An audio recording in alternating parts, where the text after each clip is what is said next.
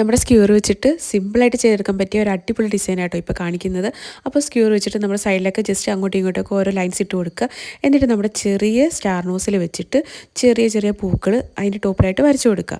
എന്നിട്ട് കുറച്ച് ലീഫും കൂടെ വരച്ചു കൊടുക്കുക. അപ്പോൾ ഞാൻ ലീഫ് ചെയ്യുന്നതെന്ന് വെച്ച് കഴിഞ്ഞാൽ നമ്മുടെ പൈപ്പിംഗ് ബാഗിൽ ക്രീം ഇട്ടിട്ട് പൈപ്പിംഗ് ബാഗിൻ്റെ അറ്റം കട്ട് ചെയ്തിട്ടാട്ടോ ലീഫായിട്ട് എടുക്കുന്നത്. ഞാൻ ലീഫ് നോസിൽ വെച്ചിട്ടല്ല ലീഫ് ചെയ്തെടുക്കുന്നത്.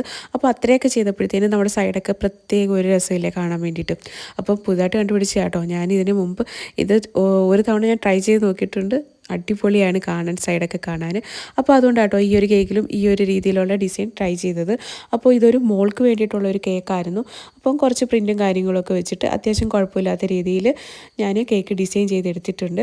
അപ്പം നിങ്ങൾക്കും എപ്പോഴെങ്കിലുമൊക്കെ എന്തെങ്കിലും മോഡലിൻ്റെ ആവശ്യം ഉണ്ടെങ്കിൽ ഇതൊന്ന് ജസ്റ്റ് സേവ് ചെയ്ത് വെച്ചോ. കേക്കിന് എനിക്ക് ഓർഡർ തന്നത് ജീനയായിരുന്നു കേട്ടോ. അപ്പോൾ നമുക്ക് വേറൊരു അടിപൊളി വീഡിയോ ആയിട്ട് കാണാം. ടാറ്റാ.